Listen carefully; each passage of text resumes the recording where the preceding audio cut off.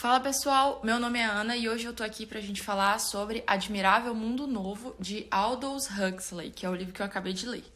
Admirável Mundo Novo foi escrito em 1932. Nessa época o mundo estava naquele contexto ali se encaminhando para o que seria a Segunda Guerra Mundial, que seria ali no finalzinho da década de 30. E o que acontece é que essa história ela mostra uma distopia onde a sociedade está perfeita, digamos assim, onde todas as pessoas ficam felizes, onde todas as pessoas na sociedade já têm o seu local, cada um sabe o que deve fazer e tal, e existe um total controle e estabilidade sobre a sociedade, estabilidade econômica, política, está tudo bem, e a pergunta é, ao custo de que está tudo bem nessa realidade? Começa desde o período onde os seres humanos são criados, porque eles não nascem mais. No livro, tudo se passa em 2500 e alguma coisa, então é bem na frente.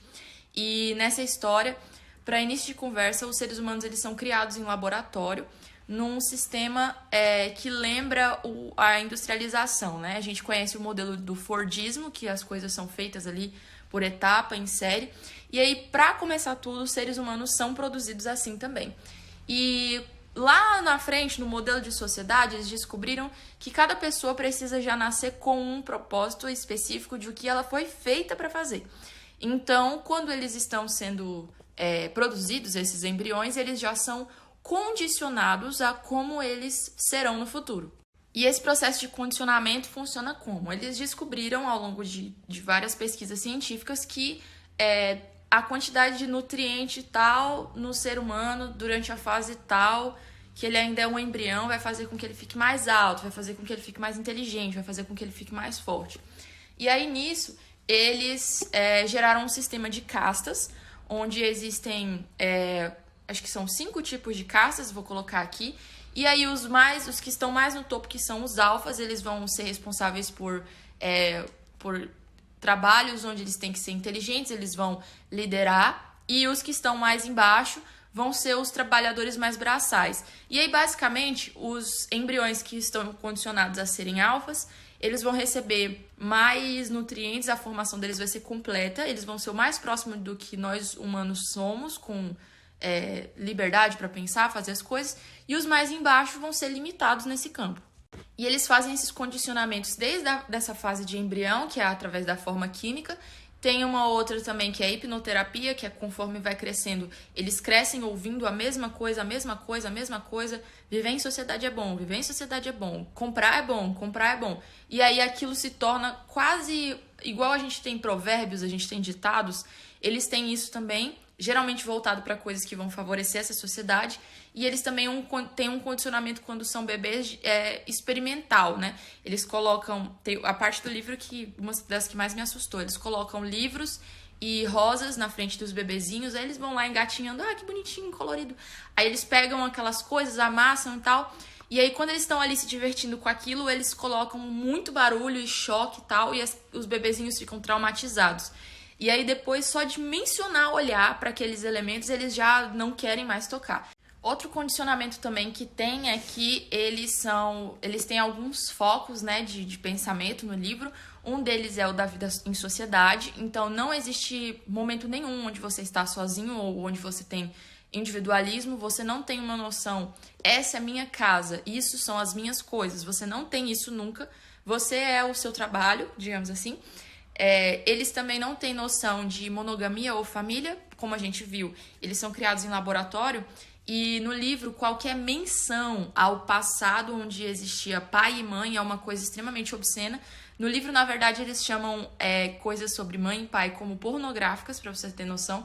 É uma coisa assim que ninguém fala, que é absurdo você ter uma mãe, alguma coisa assim.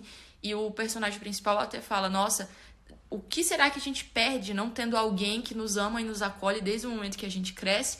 E eles têm um foco também muito grande no sexo. Como eles perdem essa noção de monogamia, de família, eles também não têm essa relação de um para um. Eles não têm isso de um casal, uma pessoa que você vai amar para sempre. E eles são extremamente incentivados a ter relações sexuais de forma livre e deliberada o tempo todo, mas é de uma forma quase obrigatória. Tanto é que tem momentos do livro onde você percebe que, por exemplo, um homem vai conduzir uma mulher para um determinado lugar e ela nem quer tanto assim. E aí ela ingere uma paradinha que faz ela ficar soltinha, porque ela nem queria, mas é importante fazer aquilo naquele momento. E a gente vê isso em vários momentos do livro. A sexualidade, ela é uma obrigação. Tanto é que se você gosta de um carinha ali, você não pode ficar só com ele, porque o pessoal já vai pensar, nossa, mas você tá com umas ideias erradas, será que você tá querendo virar monogâmica? Isso é extremamente absurdo. Tá, Ana, mas aí, esse povo só trabalha e fica entre si, o que mais que eles fazem? Eles têm também alguns cultos que são feitos só em adoração à própria sociedade, que são os momentos super esquisitos ali, onde eles ficam invocando o nome de Ford, o Ford mesmo, do Fordismo, e eles ficam só falando umas sílabas ali, uma música emocionante, e não tem nada acontecendo de fato. Inclusive, o personagem principal fala que ele tá fingindo que aquilo ali tá acontecendo, porque ele não está sentindo de verdade. E tem também a parte principal, talvez, que é o soma, que é o quê? Em qualquer momento que você se sentir com raiva, triste, preocupado, feliz demais, feliz de menos, depressivo, com vontade de fazer algo mais, de ser algo mais, você bebe o soma, que é uma paradinha ali que te dá um êxtase doidão e faz você esquecer quem você é, onde você tá, que planeta você tá. E aí você fica de boa e todo mundo fica feliz. Beleza, esse foi o resumão do livro, agora vamos para as minhas considerações ao longo da minha leitura. Quando eu comecei a ler, a primeira coisa que eu pensei foi, que doideira é esta que eu estou lendo? Quando você começa ali nas primeiras páginas, ele já te insere na sala onde esses embriões são feitos e são condicionados, e já mete de cara a cena que eu comentei sobre os bebezinhos tomando choque quando chegam perto de livros e flores. E eu fiquei horrorizada. Eu falei, gente, mas que raio de sociedade é essa? E aí depois começa a te vender que tá todo mundo feliz, aí depois você entende melhor a história e descobre que, na verdade, não é que as pessoas estão felizes, elas estão dopadas, elas não estão... Não é uma sociedade que aprendeu a lidar com as suas mazelas e lidar com os seus problemas. Não, é uma sociedade que em algum momento descartou a população e falou, vamos começar de novo criando os humanos, porque se eles forem criados, condicionados e dopados, todo mundo vai estar feliz e aí a humanidade vai estar feliz. Que alegria! Mas, conforme você vai lendo o livro, vai conhecendo essa sociedade, conforme você vê uma sociedade que aparece ali depois, né, que é chamada de os selvagens, que é uma população que vive com os resquícios culturais do que seria a gente hoje em dia, você percebe que essa sociedade de Admirável Mundo Novo, ela não tá tão distante da gente. Ah, Ana, como assim? A gente não tem alta tecnologia, a gente ainda tem noção de família e tal. Sim, mas muitas literaturas, e ultimamente eu tenho lido vários livros que são anteriores a essa época, 1930, 1900, e que são dessa década aí, perto da Segunda Guerra Mundial, que foi quando a humanidade começou a meio que perder esperança no mundo e pensar, nossa, olha tudo que está acontecendo, a gente vai só ladeira abaixo. Muitas literaturas desse tipo, elas apontam para a gente chegar num momento de perdição total como isso. Muitas dessas leituras que eu li, que são não ficção, que retratam o pensamento da humanidade naquela época ali da Segunda Guerra Mundial, onde as pessoas olhavam a guerra e falavam, o povo tá indo só ladeira abaixo, elas começam a sua linha de raciocínio falando que não é tão difícil ver que a humanidade vai chegar em um término e que isso vai se dar com o abandono da lei, da moral, dos princípios que a gente vê desde o início dos tempos, e princípios como essa questão de individualidade, de pensamento próprio, de família, de propriedade privada. Mas eu não quero nem falar de propriedade privada, eu quero falar principalmente de individualidade, de você ter escolha de quem você é, de o que você faz, de para onde você vai. E isso é uma coisa que o ser humano precisa, e quando é tirado dele, ele perde junto a sua capacidade de pensar por conta própria.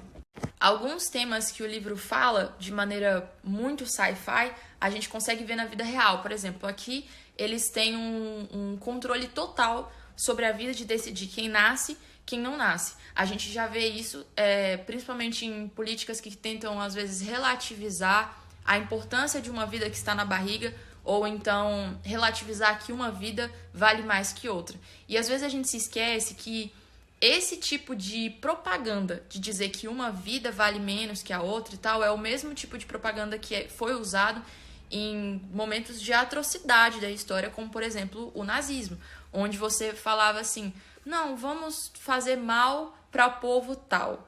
Ah, mas como assim eles são pessoas? Eles não são pessoas, eles são judeus. Isso é absurdo. Isso é absurdo. E aí, quando a gente relativiza a vida, independente de que vida é, acontece exatamente isso. Você está abrindo um pressuposto para isso. Essa outra parte também sobre o condicionamento também acontece muito. Muitas vezes a gente não quer ensinar um filho, ensinar um indivíduo, mas dar escolhas a ele. A gente quer definir o que ele vai acreditar. E isso não tá certo. E quando a gente faz isso na vida real, quando a gente condiciona, quando a gente limita informações para uma pessoa, você está obrigando ela a seguir a sua linha de raciocínio. Você não está deixando ela escolher, decidir, questionar, pensar. E isso é um condicionamento que acontece na vida real. E a gente vê muito isso hoje em dia, a gente vê isso em escolas, vê isso em locais educacionais, vê isso em igrejas, a gente vê isso em residências, onde as pessoas elas não querem repassar a informação de forma crítica, elas querem passar a informação de forma autoritária e muitas vezes isso nem funciona. E eu tenho um exemplo sobre isso da educação que a minha mãe me deu. Ela nunca me podou conhecimento com relação às coisas. Então, eu tenho a religião cristã, eu comecei a seguir essa religião, comecei a conhecer essa religião desde muito criancinha. E assim que eu ouvia as primeiras pregações, o meu pensamento direto foi, eu quero conhecer o livro que esse cara tá falando. Não quero só confiar no que uma pessoa está dizendo, eu quero ver o que o livro fala sobre aquilo. E eu sempre tive esse pensamento para muitas coisas, e conforme eu fui crescendo, eu vi que não era assim para os outros jovens, que muitas vezes o conhecimento era limitado para eles, e quando eles recebiam um pouquinho de liberdade, eles iam correndo fazer aquilo que proibiram. E eu percebo que isso da minha mãe não me podar esse tipo de conhecimento e principalmente dela me perguntar o que você tá entendendo disso. Eu lembro que minha mãe fazia isso com pica-pau. Ela não gostava de pica-pau, o desenho, porque o pica-pau faz um monte de coisa errada, né? E eu e minha irmã, kkk, muito engraçado. E aí, tá vendo aí o limiar, né? Bíblia, pica-pau, o melhor dos dois mundos. E aí, a gente assistindo aqueles desenhos. E eu lembro que às vezes a minha mãe passava, quando a gente devia estar rindo muito dele fazendo coisa errada, minha mãe passava e falava assim, o que o pica-pau tá fazendo? Aí a gente, ele tá escondendo veneno dentro da comida do Leôncio. Aí minha mãe, isso é certo? A gente, não. Aí ela, e vocês estão rindo? Ah, mãe, porque é engraçado e é um desenho. Aí ela, não, então tá bom. Ela entendia e ela fazia a gente entender. Eu tô rindo disso aqui, mas na vida real não é isso. E por incrível que pareça, isso faz a diferença, porque faz você raciocinar. Essa capacidade de assistir uma coisa sem ser só pelo entretenimento, de ler um livro, analisar, pensar o que estava acontecendo no mundo nessa época, o que esse livro se aplica a mim, o que esse desenho que eu tô vendo se aplica, no que esse entretenimento se relaciona comigo. Isso é uma relação que a gente deveria ter o tempo todo. Ah, Ana, mas é muito cansativo. Às vezes a gente só quer ver uma coisa por ver. Ok, existem os momentos para isso. Mas o que eu vejo é que a gente entra num transe nas informações que a gente vê, TikTok, YouTube, Instagram. A gente não reflete sobre o que está vendo. E isso é um prato cheio para dominações como o que a gente vê aqui, né? Onde as pessoas elas estão dopadas, elas não estão refletindo. Elas já foram tão condicionadas desde o início da vida delas que pode ser a coisa mais bizarra do mundo. Elas falam, viver em sociedade é bom, que é o que acontece no livro. Esse assunto sobre as individualidades, sobre as línguas, as culturas, a religião, ele é muito atual. Eu vejo muito isso com relação à globalização, né? Se você for em qualquer escola de ensino médio, você vai ver que os jovens, os adolescentes, eles entendem muito mais sobre a cultura que está rolando nos Estados Unidos, na Coreia, no Japão, do que, às vezes, o que é nativo do seu povo, do que é nativo do interior de Minas Gerais, do que é nativo da Amazônia. E isso acontece e é uma coisa pra gente se preocupar, porque quando você tira a cultura de um povo, você vai matando ele aos poucos. Você tira a história dele, você tira aquela consciência que ele tem sobre coisas que deram errado e coisas que deram certo. E é muito mais fácil você manipular alguém que tá vazio. E isso acontece muito hoje em dia, né? A gente vê muitas pessoas que às vezes têm um vazio existencial e elas se preenchem com existências que às vezes nem são delas. A gente faz isso o tempo todo, vamos ser sinceros. Por exemplo, quando você entra no Instagram e você fica passando lá e vendo a vida das outras pessoas. Ai, fulano tomou um café bonito. Ai, fulano foi pra academia. E aí você para pra pensar que você tá 2 horas no celular e você não foi pra academia, não foi tomar um café, você não foi vivenciar nada disso. E pior ainda, às vezes a gente vai pra academia ou vai tomar um café e a gente também não vivencia, porque a gente tá preocupado em tirar a foto pra postar no Instagram para as pessoas verem aquilo. Então a gente não tá mais criando as nossas próprias experiências, a gente tá criando experiências fakes para postar e para ser aceito no social. E isso não é muito diferente do pensamento coletivo que tem Admirável Mundo Novo. E por último, mas não menos importante, quero falar sobre o Soma, que talvez é o item dessa história que eu acho que é o mais atual de todos. O Soma na história, ele é uma pílula ou uma bebidinha, uma paradinha ali, que o pessoal toma e eles são aconselhados a tomar isso toda vez que eles estão se sentindo um pouco para baixo ou que eles não estão com tanta vontade de praticar sexo ou quando eles estão se sentindo meio assim, eles ficam animadinhos, eles ficam em êxtase. Às vezes eles tomam antes de dormir para conseguir dormir. E para mim a melhor adaptação do Soma para os dias de hoje é qualquer tipo de químico que faz a gente não passar pelo processo da nossa vida, mas faz a gente fingir que ele não existe. E aí você insira aqui não só remédios que às vezes a gente toma para ajudar na nossa vivência, mas também drogas e bebidas alcoólicas. Na minha experiência pessoal, eu nunca tive vontade de beber bebidas alcoólicas ou de fazer uso de qualquer tipo de droga, mas já conheci pessoas que têm isso como prática na vida, né? E a maioria das vezes que eu fui conversar com essas pessoas sobre como elas começaram a beber, elas me contavam que no início elas não queriam exatamente beber e que no início elas nem gostavam do gosto, do sabor ou do efeito quando iam fumar alguma coisa, mas que, para começar, elas fizeram aquilo para serem aceitas socialmente naquele ambiente, porque todo mundo estava bebendo ou todo mundo estava fumando, e depois, com o tempo, isso virou uma prática. Então, a gente vê que isso, para início de conversa, é uma coisa para você ser inserido socialmente e ser aceito socialmente. Não tem nem a ver com querer ou com gostar. E depois, ela se torna também uma válvula de escape, porque dá uma sensaçãozinha de você beber todas para esquecer. E para estender essa sensação de fuga da realidade, que não é só com bebidas e com drogas, eu acredito que isso acontece muito em outras áreas de entretenimento também. Por exemplo, em jogos, e eu gosto de jogar, em livros, e eu gosto de ler, em redes sociais, e eu consumo redes sociais.